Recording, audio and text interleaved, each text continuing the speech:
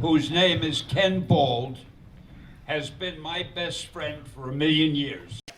But I notice some cartoonists have that uh, when they get to that printed page, something affects it. But when you see the original, it's spectacular. I always wanted to be a comic artist, but I was too chicken to do it.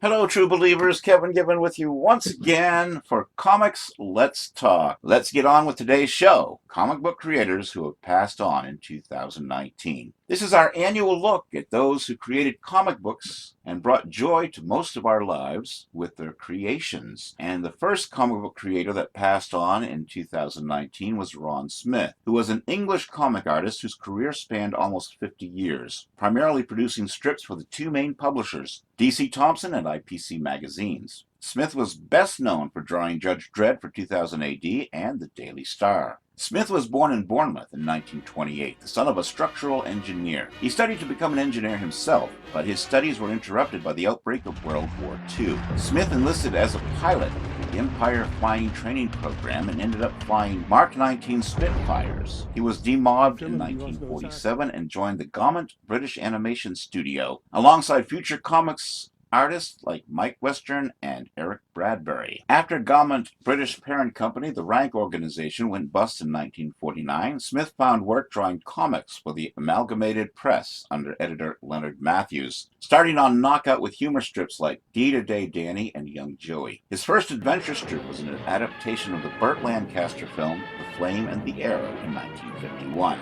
More adventure work included Ryan of the Redcoats, and adaptations of the Western films Buffalo Stampede and The Last Outpost for the comic. He also contributed art for the Eagle. In 1952, he was hired by DC Thomson and Company as an illustrator for boys' story papers like Hot Spur, Adventure, and The Wizard under editor R.D. Lowe. Smith was now married with a child and no longer wanted to live in bomb-damaged London, so Thomson's brought him a house outside Dundee, where they had their headquarters, paid for from deductions from his wages. He also drew for the girls' comics Bunty and Judy. In 1972, he left DC Thomson's staff and went freelance, moving to Surrey, although he continued to draw for Thomson's comics, primarily Hot Spur. Strips he drew included The Cowboy Cricketer and Nick Jolly, a fantasy story about an 18th century highwayman brought forward in time by well-meaning aliens to fight the sinister arch-villain Simon Death on his robotic jet-powered horse Bess. He pushed for Thomson's to publish superhero strips and was eventually given the go-ahead to create King Cobra, who first appeared in Hot Spur in 1976 and ran until 1980. Other titles he drew for included humor titles The Topper, The Dandy and the Beezer, and boys' adventure titles The Victor and Warlord, for which he drew Drake of E-Boat Alley and codenamed Warlord. He also did some uncredited work for Marvel Comics in the U.S. In 1979, he began drawing Judge Dredd for IPC's 2000 AD, and during the early to mid-1980s, Ron Smith was by far the most prolific artist working on the character. Along with Brian Boland and Mike McMahon, he contributed to two of the character's most popular epic-length stories, The Day the Law Died and The Judge Child. Among the more grotesque characters created by Smith was Otto Sump, Mega City 1's ugliest man, with Smith excelling himself in the Otto Sump Ugly Clinic, depicting the horrific lengths citizens of the metropolis go to and making themselves look physically repulsive as possible. Smith was responsible for the majority of Ugly spin-off stories, including Gunge, Who Killed Pug Ugly, about an ugly pop star and the League of Fatties, about overeaters gone to extremes. That was just a few of the characters he created during his run. Smith went on to draw for other IPC titles, including Mask, Eagle, Wildcat, and Toxic Crusaders before retiring in the 1990s. Smith also helped bring Judge Dredd and his world to a whole new audience each weekend when he was chosen to illustrate a weekly Dredd strip for the Daily Star newspaper, each story a complete vignette offering a bizarre slice of life in the future city. On January 12th, we lost Batton Lash, who was an American comic creator who came to prominence as part of the 1990s self-publishing boom. He is best known for the series Wolf and Bird, Counselors of the Macabre, also Supernatural Law, a comedic series about law partners specializing in cases dealing with archetypes from the horror genre, which ran as a strip in the National Law Journal and as a standalone series of comic books and graphic novels. He received several awards for his work, including an Inkpot Award, an Independent Book Publisher Association's Benjamin Franklin Award, an Eisner Award, and nominations for 2 Harvey Awards. Batton Lash was born Vito Maranghi in Brooklyn, New York, and studied cartooning and graphic art at Manhattan School of Visual Arts. In 1979, he began writing and drawing Wolf and Bird, Counselors of the Macabre, a weekly newspaper strip which appeared in the Brooklyn Paper until 1996, and the National Law Journal from 1983 to 1997. In 1980, Lash was a courtroom sketch artist during the trial against John Gotti. In 1994, he and his wife Jackie Estrada founded Exhibit A Press to publish the series as a full-length comic book stories, renaming it Supernatural Law. It later became available as a webcomic and as digital books. In 1994, he wrote Archie Meets the Punisher, a well-received crossover between the teen characters of Archie Comics and Marvel Comics' grim anti-hero The Punisher. He wrote 8 issues of Radioactive Man for Bongo Comics, which received an Eisner Award for Best Humor publication in 2002. In 2009, he began working with writer James Hudnall on Obama Nation, a conservative political comic strip on Andrew Breitbart's website, biggovernment.com. He passed away from complications due to lung cancer. Now, we're not going to go into detail on every artist and writer that passed away in January, but we will try to mention them all. And also dying on January 16th, we lost Dennis Sire, French comics artist and illustrator at the age of 65. On January 18th, we lost Angel Delarbal, Spanish comics artist, who passed on at age 82. On January 28th, Frans Busenik, a Dutch painter, journalist, and comics writer, passed on at age 75. In February, we lost Ted Stern, American animator and comics artist, who passed on at age 57 from complications due to AIDS. On February 9th, Tommy Ungerer, French novelist, illustrator, cartoonist, and poster designer, passed away at the age of 87. On February 17th, we lost Claude Renard, a Belgian comics artist and teacher, who passed on at age 72. Then on February 18th, we lost Jacques Sandron, French comics artist, who passed at age 76. On March 12th, we lost Tom K. Ryan, creator of Tumbleweeds. Tumbleweeds is an American comic strip that offered a skewed perspective on life on the American frontier. Ryan was very familiar with the conventions of the Western genre he satirized. It launched September 6th in 1965. The strip was distributed for decades, initially by the Register and Tribune Syndicate, and later by the King Features Syndicate after its acquisition. Jim Davis, who created Garfield, was Ryan's assistant from 1969 to 1978, while developing another strip, Norm Nat. After a 42-year run, Ryan retired, and rather than let it become a zombie strip, brought Tumbleweeds to a conclusion on December 30th, 2007. On March 17th, we lost Kenneth Bruce Bald, who was an American illustrator and comic book artist best known for the Dr. Kildare and Dark Shadows newspaper comic strips. Due to contractual obligations, he is credited as K. Bruce on the Dark Shadows strip. I gotta tell you about this guy. This man, whose name is Ken Bald, has been my best friend for 1,000,000 years. Well, His wife, almost 70. We're working on 70. his wife and my wife have been best friends for 1,000,000 years. He is one of the best artists the world has ever known. He did comics for a while, but they paid him more money to do advertising art and illustration, so we lost him. We have been best friends. I went in right after I got back from the Marine Corps, and my portfolio, I went to see the Boy Wonder, and he gave me work, but what he did do, he gave me friendship for a complete lifetime, and that's what I'm happy with.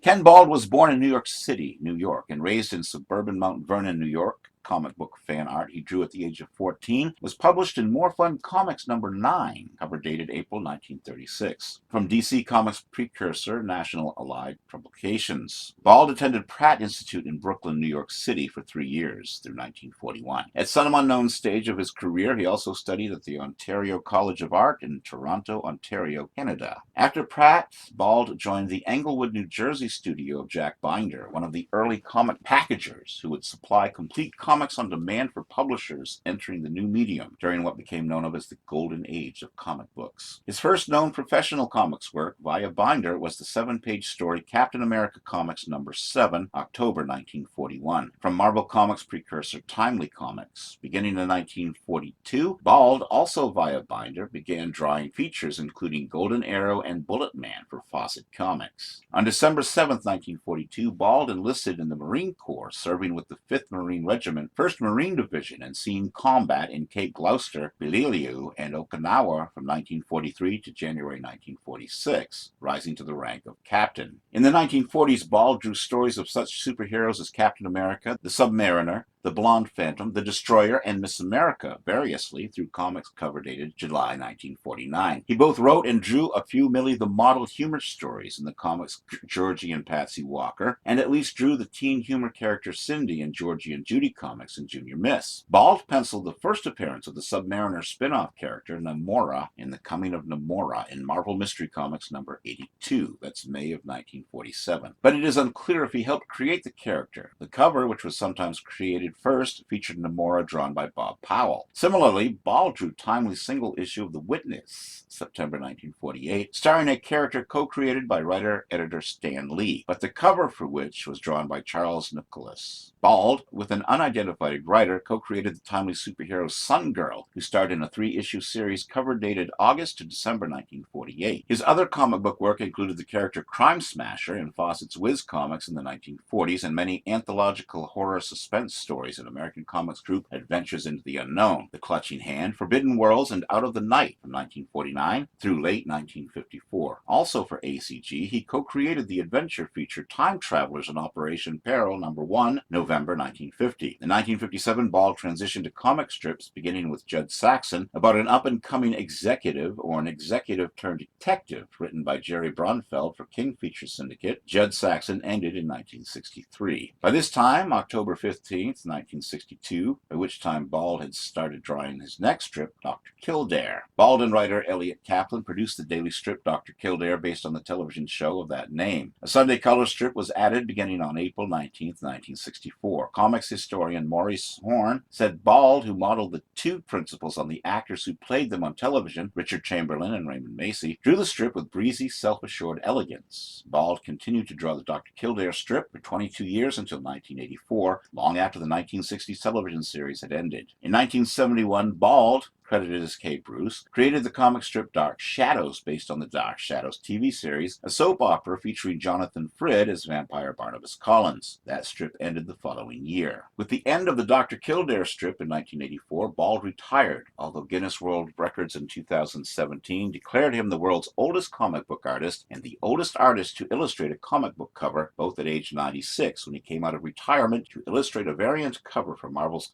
Contest of Champions number 2. In 1941, after graduating from Pratt Institute, Bald moved to Englewood, New Jersey. He and actress Kay Dowd, sister of fellow binder studio artist Victor Dowd, married on October 30th, 1943, and had 5 children. Bald was residing at Mount Arlington Senior Living in Mount Arlington, New Jersey. His papers included more than 2,900 pieces of original artwork for the Judd Saxon and Dr. Kildare comic strips, which reside at Syracuse University Library's Special Collections Research Center. On March 29th, we lost Mark Alessi, who was an American businessman and CEO of a number of companies, most notably as the founder of comic publisher CrossGen, where he created a number of titles. Alessi's first major company was Technical Resource Connection Incorporated, which he founded in 1986. He was CEO of the company until 1996, at which time the company was sold to Perot Systems Corporation. He later, in 1998, became founder and publisher of CrossGen Comics, which subsequently liquidated in 2004, and the company and its assets were sold to Disney. He then became the CEO of TOA Solutions, Inc., a company that he founded in 2004. He died of a sudden massive coronary arrest on March 29, 2019, at the age of 65. Also, we lost on March 2nd Sergio Tuas, Italian comics artist who passed on at age 83. On March 15th, we lost Patty Klein, Dutch poet and comics writer who wrote for Hanna-Barbera Comics and Disney Comics. And then on March 23rd, we lost Benno Vranken, Dutch comics artist who passed on at age 57. On March 24th, we lost Olivier Sena, French comics artist. And on April 9th, we lost James D. Hudnell, who was an American writer who began his career in the comic book field in 1986 with the series Espers, published by Eclipse Comics. He later worked for Marvel and DC on such titles as Alpha Flight, Strike Force Moratori, and his own creation Interface. He also wrote graphic novels such as Lex Luthor, the unauthorized biography, Sinking Streets, and The Psycho. His series Harsh Realm was adapted to television by X-Files producer Chris Carter in 1998. Hudnall and co-creator Andrew Paquette sued Carter and Fox Television when they failed to give them credits on the show. The suit was later settled, and as part of the settlement, Hudnall and Paquette received a credit in the opening titles of the show. Harsh Realm is an American science fiction television series about humans trapped inside a virtual reality simulation. It was developed by Chris Carter, creator of The X-Files and Millennium, began airing on the Fox network on October 8, 1999. The series fared poorly in the ratings and was removed from the schedule after 3 of its 9 episodes had aired. The remaining 6 episodes premiered on the FX networks. Repeats of the series began airing fall 2007 on CBC Country Canada. The term Harsh Realm originates from the grunge-speak hoax of 1992, in which it meant bummer. The series was filmed in Vancouver, British Columbia, Canada. 9 episodes in all were produced. Hudnall's other works include The Age of Heroes,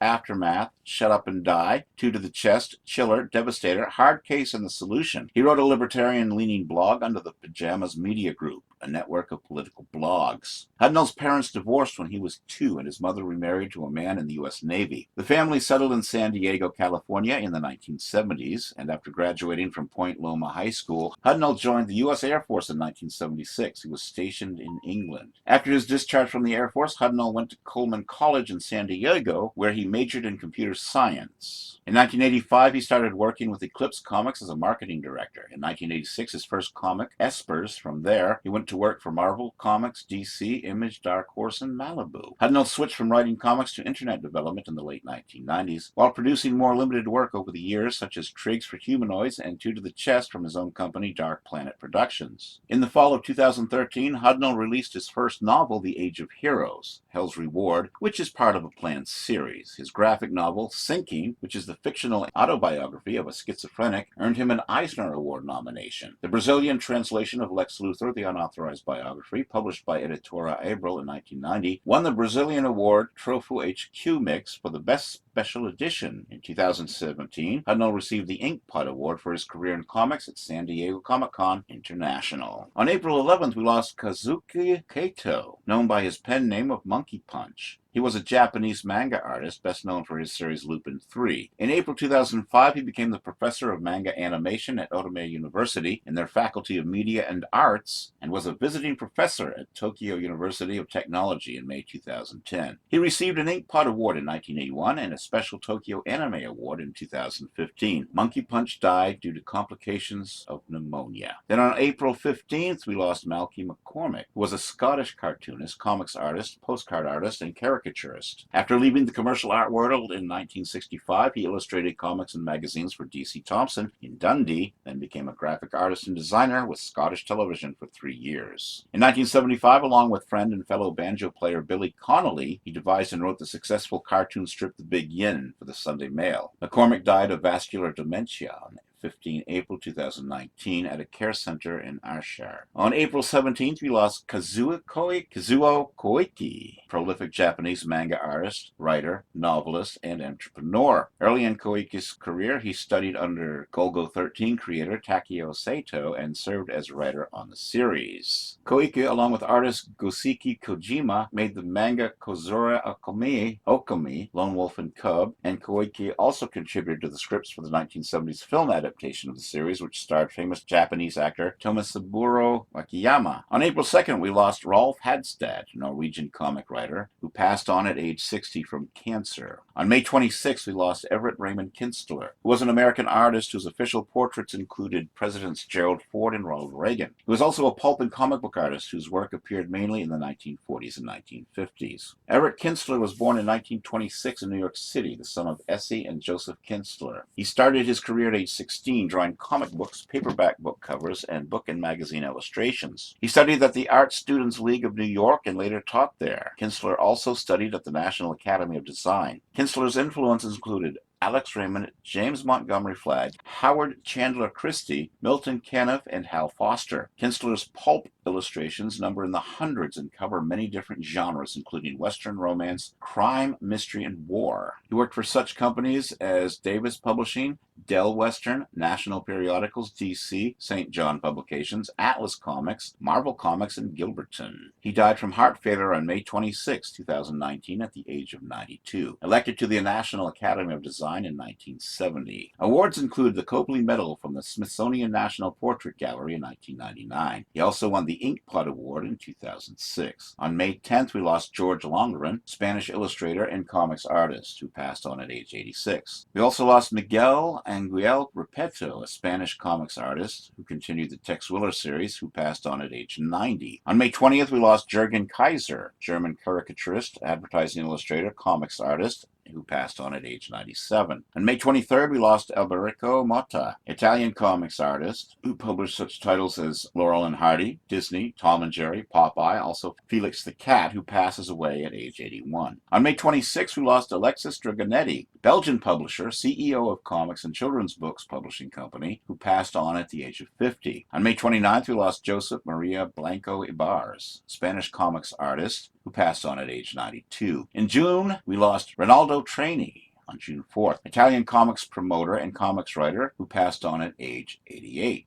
On June 6th, we lost Kees Sperboom, Dutch painter, illustrator, and comics artist, who passed away from cancer at age 79. On June 28th, we lost Kaj Pindel, Danish-Canadian comics artist and animator, who passed away at age 91. And finally, in June, we lost Guillermo Murdilla on the 30th of June, Argentine cartoonist and animator, who passed on at age 86. Then in July, we lost Ger Regev on July 13th, a Dutch comics artist who passed on at age 67. In the month of August, we lost Ernie Colon, who was a stateside Puerto Rican comics artist, and we've already done a video on Ernie Colon. If you want to know more about him, we'll include it at the end of this video. On August 18th, we lost Giulio Ernesto Ciaccini, who was an Italian comics writer and artist, mainly known for his Disney comics work. He was the oldest still active Disney creator shortly before his death. His work for Disney Italia started in 1953 when he was inking for Giovan Battista Carpi, who was also his most important artistic influence. The first stories he had drawn entirely himself were published in Topolino in 1956.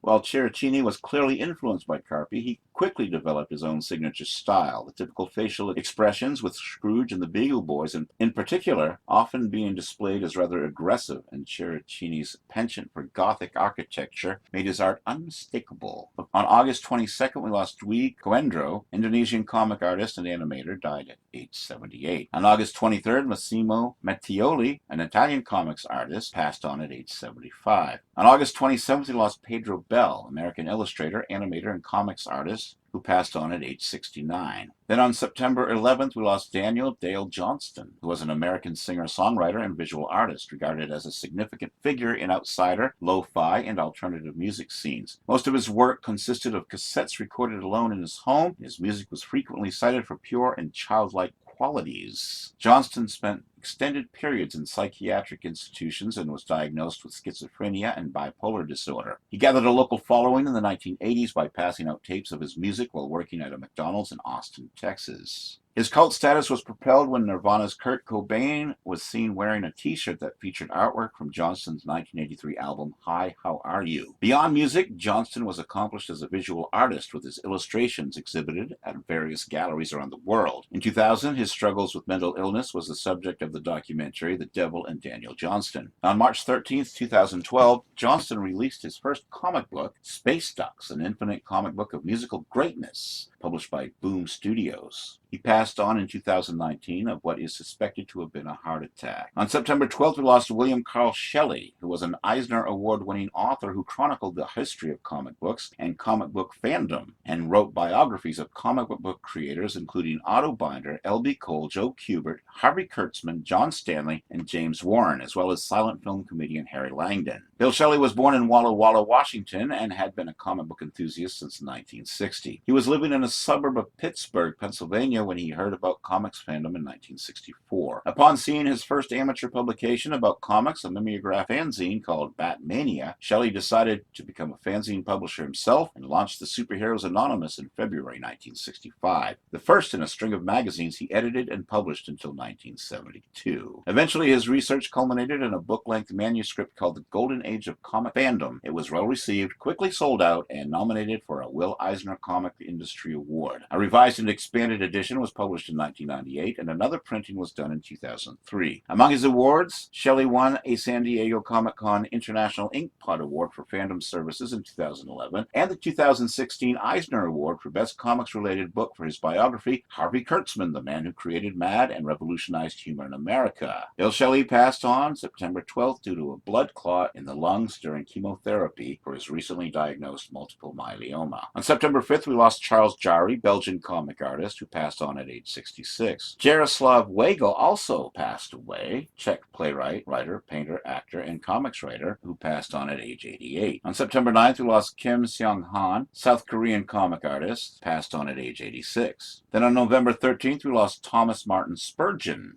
an American writer, historian, critic, and editor in the field of comics, notable for his 5-year run as the editor of the Comics Journal and the blog The Comics Reporter. Spurgeon was the managing editor and later executive editor of the Comics Journal, a comics trade magazine and critical journal published by Fantagraphics from 1994 to 1999. Under his tenure, the magazine expanded the scope of its coverage to more regularly include European comics, introducing an English language readership to the new wave of publishing from France. After leaving the Comics Journal, Spurgeon wrote the comic strip Wildwood with his childhood friend Dan Wright. The strip, initially launched as Bobo's Progress, was syndicated by King Features from 1999 to 2002, ran in about 80 newspapers. In 2004, with site designer Jordan Raphael, Spurgeon launched the Comics Reporter. Spurgeon and the Comics Reporter won the Eisner Award for Best Comics-Related Periodical Journalism in 2010, 2012, and 2013. The site was also awarded the UTNE Independent Press Award for Arts and Literature coverage in 2002. His bibliography includes Stan Lee and the Rise and Fall of the American Comic Book, The Romata Legacy, and Comics as Art, We Told You So. On November 19th, we lost Thomas Stanford Lyle. Tom Lyle was an American comics artist best known for his works on Starman and Robin for DC Comics and Spider-Man for Marvel. Tom Lyle's comics career began in the mid-1980s, penciling titles such as Airboy, Strike, and Airwolf for Eclipse Comics. From 1988 to 1990, he penciled DC Comics Starman series with writer Roger Stern, introducing the second blockbuster in Starman #9. Lyle worked on the first solo Robin limited series with writer Chuck Dixon. In 1991, he worked on the Comet for DC's Impact Comics. In 1993, Lyle started working for Marvel Comics as penciler of Spider-Man. He was one of the artists of on the Maximum Carnage and Clone Saga storylines. Lyle's other work for Marvel included The Punisher Volume 3 with writer John Ostrander from 95 to 97, a Warlock miniseries which he wrote himself in 98, and issues of Mutant X in 2000 and 2001. He drew several issues of Star Wars for Dark Horse Comics in 2000. He was the artist on the 2004 series Chickasaw Adventures for the Chickasaw Nation. Between 2005 and his death in 2019, he taught sequential art at the Savannah College of Art and Design. I always wanted to be a comic artist, but I was too chicken to do it,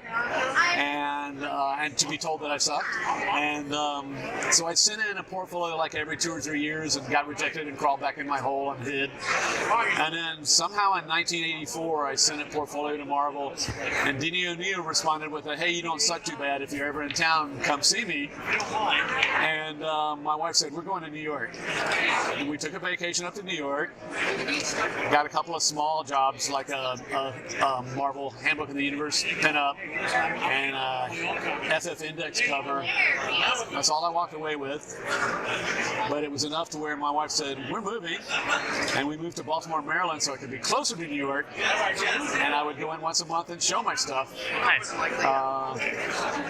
Which you used to be able to go in the offices and show your stuff. You can't do that now to either company. And it took about 1.5 years of showing my stuff before I got work, so I was 32 by the time that happened. And on December 21st, 2019, we lost Diretio Gerardo Jerry and Alan Guillen Jr. Also known in the Philippines by his alias Kumikiro, he was a Filipino comic book artist and writer from San Pedro, Laguna. He was an important figure in the Philippine comics renaissance of the 1990s and early 2000s, and is known internationally for his graphic novels Wasted and Elmer, and for his inking on American superhero comics such as Wetworks, X-Men, Superman, Birthright, Wolverine, and Fantastic Four.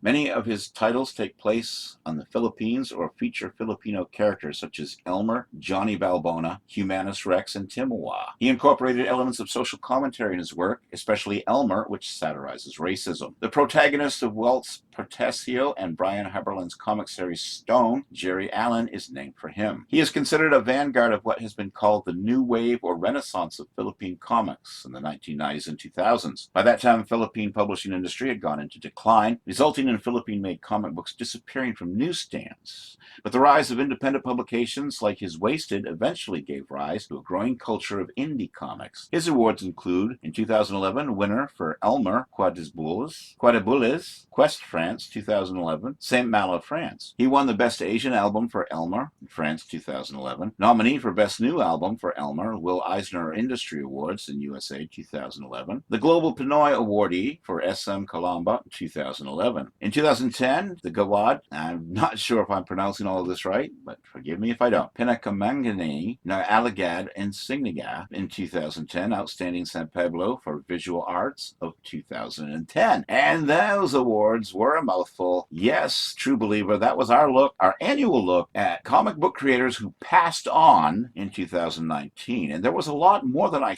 thought there would be, too. I didn't see many of these noted when they happened, so I did not know there was that many. There was quite a few. It's all the time we have for today. In fact, I'm over time. And we hope you enjoyed our show today, a look at comic book creators who passed on in 2019. Stay tuned to this channel for more videos coming up. Until next time, this is Kevin Gibbons saying so long and keep reading comics.